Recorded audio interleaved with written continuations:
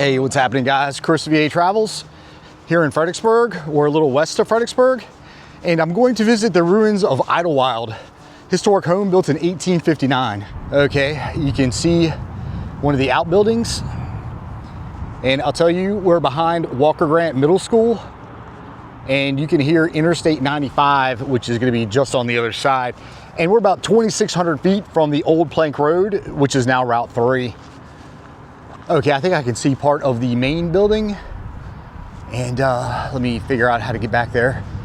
We've got a drainage pond back here. Okay, yeah, you can see the facade. And I'll tell you real quick, this was Robert E. Lee's headquarters during the battle, or maybe just after the main portion of the battle, Battle of Chancellorsville. Stayed here May 4th and 5th, and there's some serious brush right there. And there's gonna be a fence around it. I'm gonna fly my drone, get that as close as I can. Oh wow, they even have razor wire on the top of the fence. And all right, let me see if I can find an opening. I'm not about to try and walk through that. But yeah, chimneys are still intact. And you see the gable right there. I don't know if that's the side. Well, if those are outbuildings, I'm thinking that's probably the back or the side at least. But let me go back this way. All right, guys, I'm gonna bust through here. And it looks like maybe somebody has cut these. Yeah, somebody might have cut a path here. Whoops, watch where I'm going. A little thick right here. Okay, yeah, I can get through this.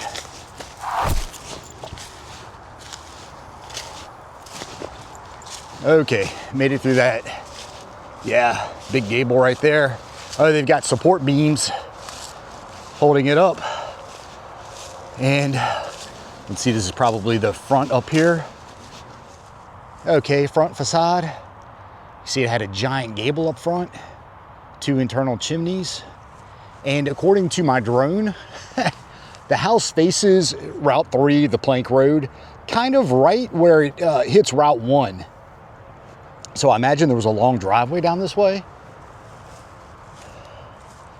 But anyway, just looking at what architecture we can, you'll see it's a 2.5 story. It's a Gothic revival style house. Had an English basement, which this fence is pretty thick. They're pretty serious about protecting it. So it's hard to tell too much of what's going on. There's a veranda up front, you see. Big front porch going across. Like I say, we're up on a hill, so I'm sure you can catch a nice breeze while sitting on it. But I had to hop online, and I'll tell you that it's an irregular T-shape with a center passage down the middle. And it had a steep gabled roof, as you see. And there are gonna be gables on the sides. I'll walk over there.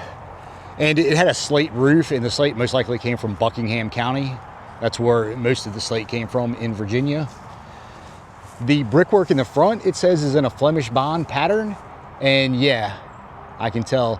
And then it says just a common bond on the side. So yeah, they wanted the front to look fancy. Oh, and I'll tell you, there's some decorative verge board on that front gable with trefoil arches and leaf-shaped cutouts and finials on top. So yeah, pretty fancy, pretty decorative. And I'll tell you that Hazel Run, the creek, is not too far from here. It flows on down through Alum Springs and then eventually spills out into the Rappahannock River. And you'll see that pointed arch window in the upper part of the gable, again, kind of giving it that Gothic feel. Below, you've got these clustered windows, kind of in the Palladian style, stained glass. In the right, these windows, kind of decorative little porches on the bottom, kind of neat, but 6/6 double hung sashes, wooden windows. And they're actually fancy copper crossheads on the top. Can't really see them that well. Unfortunately, these are the only pictures I have of the house before the destruction. But around the front door here, these fan lights and transom window, they're stained glass. Behind the bushes are these tall walk-through windows. You could open all the way up. Great for cooling the house down, getting that cross breeze blowing through. Well, you see the stairs are gone. But they say there used to be a brick walkway leading up to the house that's kind of been overgrown. And you'll see great millwork on the house. Again, verge board looks great. We have finial on top, can't quite make out, but finials on the tops of the side gables you'll see as well. Again, house was built in 1859, built by William Yates Downman. It's also known as the Downman House. And he only lived here for 5 years, passed away in 1864. And to tell you a little bit about William, he's from out there in Lancaster County, out in the Northern Neck, and distantly related to Mary Ball Washington, as his family and the Ball family intermarried several times throughout the generations. So I guess you could say he's distantly related to George Washington, but ended up marrying Mary Ann Hayes. She lived until 1926, so a widow for 62 years, and they had 6 children.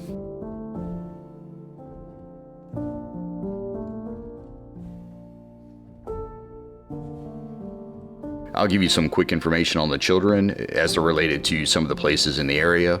But oldest daughter, that would be Nanny Ann Hayes Downman, and she married Robert Innes Taylor, who lived at the nearby Fall Hill Mansion. Second child, Sophia Chin Downman, and she married an architect down in Richmond. Then you've got Joseph Henry Downman, and he died just a few days after childbirth, and he's buried over at the St. George's Church in Fredericksburg. Fourth child, John Yates Downman, and he lived at Idlewild until he died in 1949. Then Raleigh William Downman, the first to be born at the house. He studied at the Fredericksburg Military Academy, but died at just 21 years old while visiting relatives in Baltimore. Finally, we've got James Hayes Downman. He went on to be a successful businessman up there in New York. Came back to Fredericksburg to visit his sister Nanny over at her house at Fall Hill, and that's ended up dying there.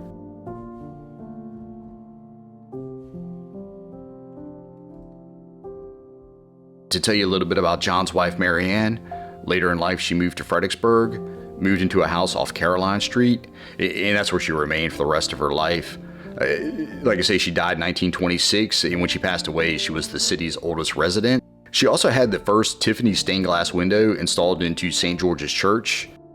It was to commemorate her 2 sons that had died young.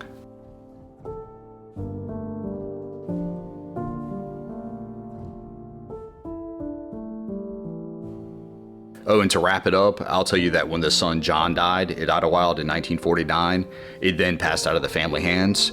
It was then purchased by the Strawhan family, and in 1989 is when it became vacant.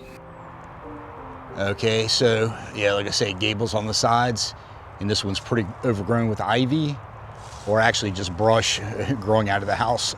Yeah, and you can see the common bond brickwork. And this, yeah, like I say, this fence is thick. You can't really see through it that good, but yeah, wraparound porch.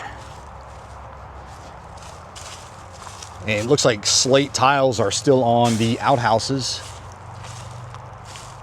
And can't see much on this side. And then there's going to be a smokehouse behind it. Let me wrap around. So what do we have right here?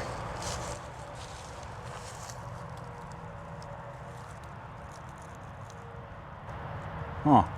Yeah, pipes down there. Yeah, pipe coming out of the top.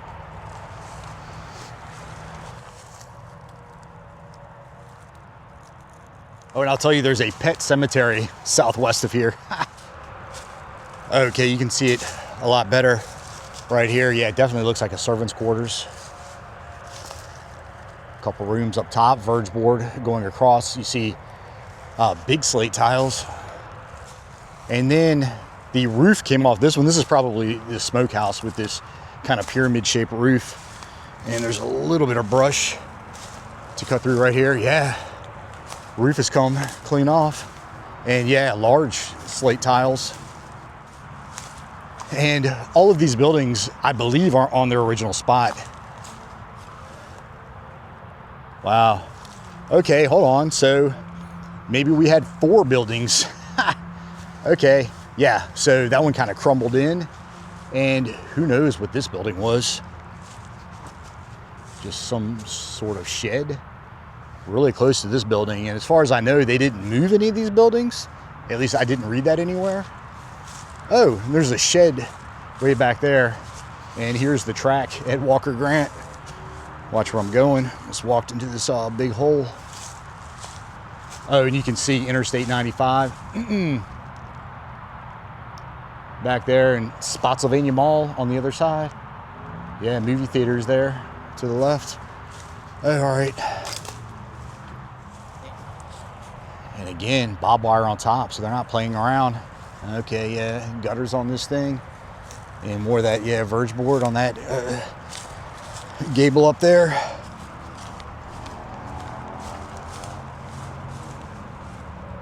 Okay, yeah, here we go, yeah. That verge board on all the buildings, door right there. And that one's really overgrown with ivy.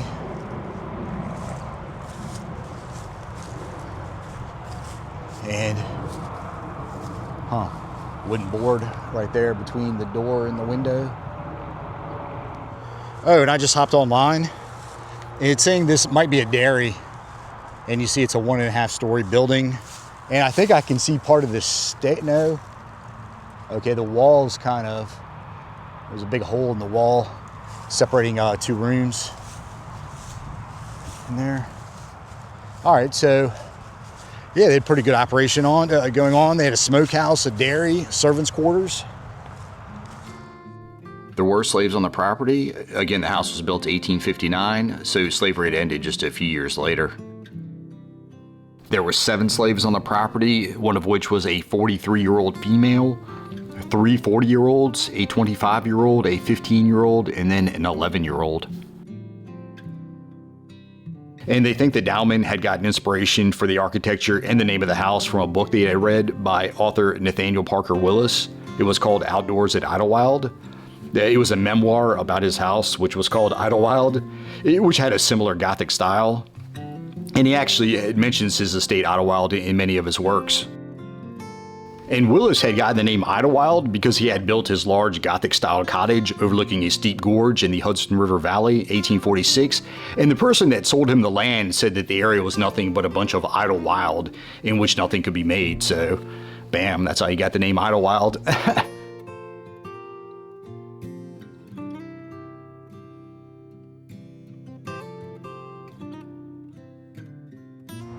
Okay, this is a pretty good shot of it. Almost looks like a church, but again, I think it's that kind of Gothic vibe. But we've got 3 chimneys still standing, so that's good.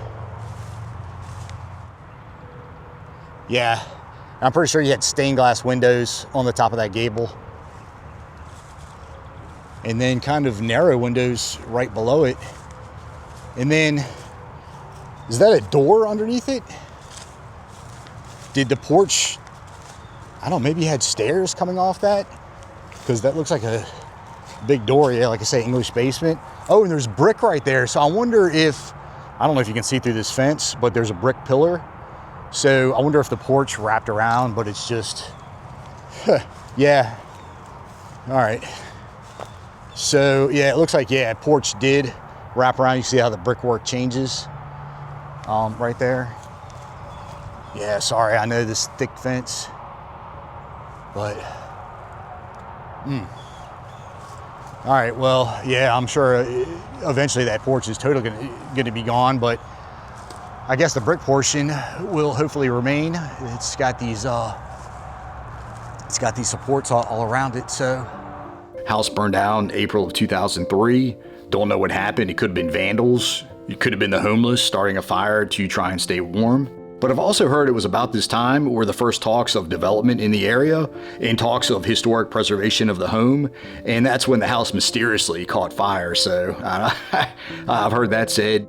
Anyway, there was a second porch fire in August of 2006, then a big earthquake hit in 2011, which damaged the chimneys.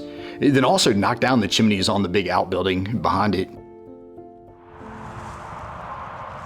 Also on the other side of Interstate 95, Route 3 continues on, of course, takes you down to Chancellorsville, and then eventually it would take you to the Battle of the Wilderness. I'll tell you about the house's involvement with the Civil War. Many skirmishes took place on the property throughout the war. The house was occupied by both Federal and Confederate troops throughout the war. In May 1862, Union General Marcina Patrick established his headquarters here. At one point, the Confederate cavalry drilled on the grounds, and the 14th Alabama had 44 animals that grazed on the property. house is most famous for being part of the Chancellorsville campaign, where on May 4th, Union Army 6th Corps occupied the farm, had artillery posted everywhere, cannons near the house, firing on Confederate units. Late in the afternoon, Confederates swept the land, and Robert E. Lee ended up headquartering here that evening. So headquartered here May 4th and May 5th.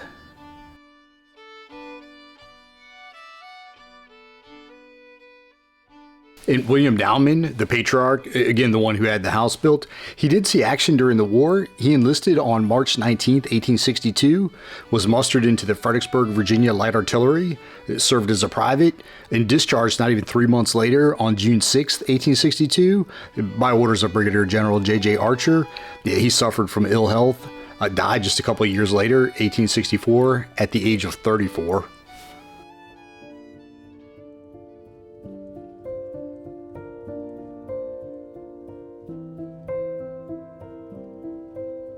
Show you a few clips I got with my trusty drone.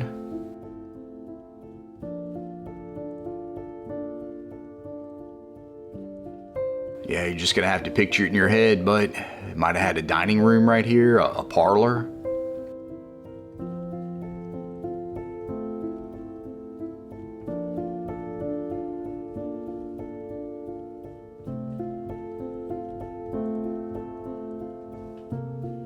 A tall centered chimney. Many fireplaces would have been attached, heating several floors.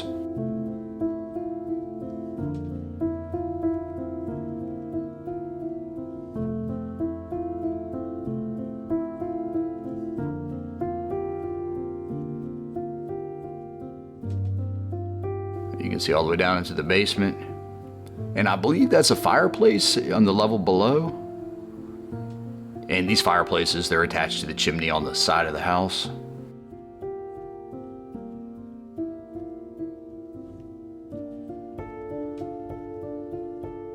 Found a couple pictures of the interior on Facebook. A shout out to Diana Garnett. And this is back in 2020 when obviously the house was in a little bit better condition and you didn't have the fence around it.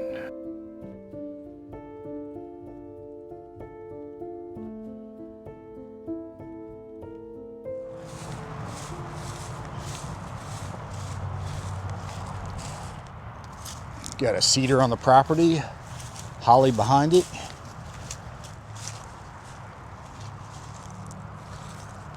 Again, you can tell we're on a hill. You can tell it takes a dip. And a couple fairly thick trees, but none that would have gone back to 1865. So yeah, a lot of aftergrowth. This one's been here for a hot minute, obviously. Starting to bloom. Yeah, okay, I think we're gonna have this is gonna be a tulip poplar. Starting to pop. See the little buds? Birds are loud. All right. Thought maybe I'd find that pet cemetery. I doubt they would have it right in front of the house, but yeah, I was just seeing if they had terraces coming down here. And sometimes you can see bulbs of flowers maybe that were planted. But yeah, possibly terraces coming down here. And kind of an open area right there. I'm not going to be able to walk all the way down there, but we're on a decent sized hill.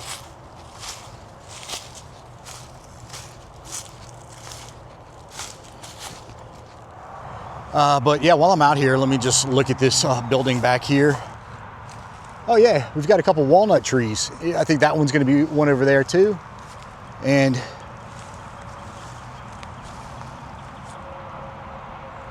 for those of you all who follow my channel, I'll let you know I've got a Tennessee trip coming up in a few weeks. And I'm not going to go too crazy like I did with the Carolinas, although that was a great trip and I went to some great sites, but I don't want to come back with 2 months of Tennessee videos. So I'm just going to be down there for a couple days. I'm going to be in Knoxville most of the time. And on the way down there and on the way back, I'm going to be stopping at some sites in Virginia. Patrick Henry's Red Hill is one of them. Oh, all right, so this is, obviously you see the driveway right here. So it was just like a ranch house or something that is just lost to time, crumbled. But let me see where this, is that a shower head?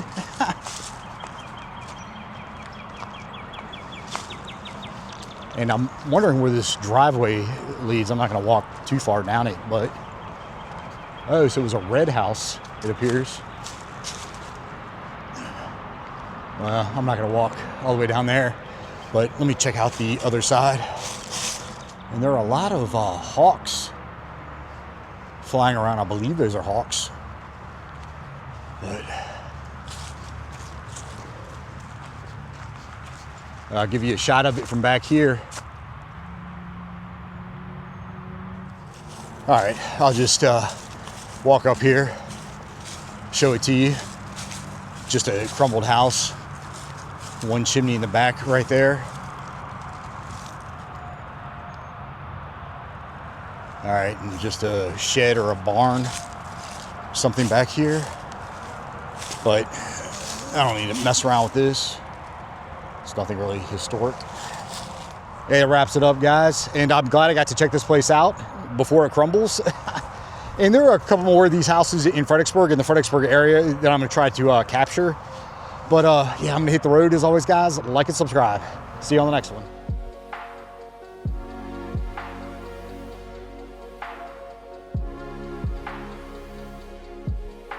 Oh, all right, yeah, here it is. Thankfully in the wide open. Cool, all right. Thought I had lost another one.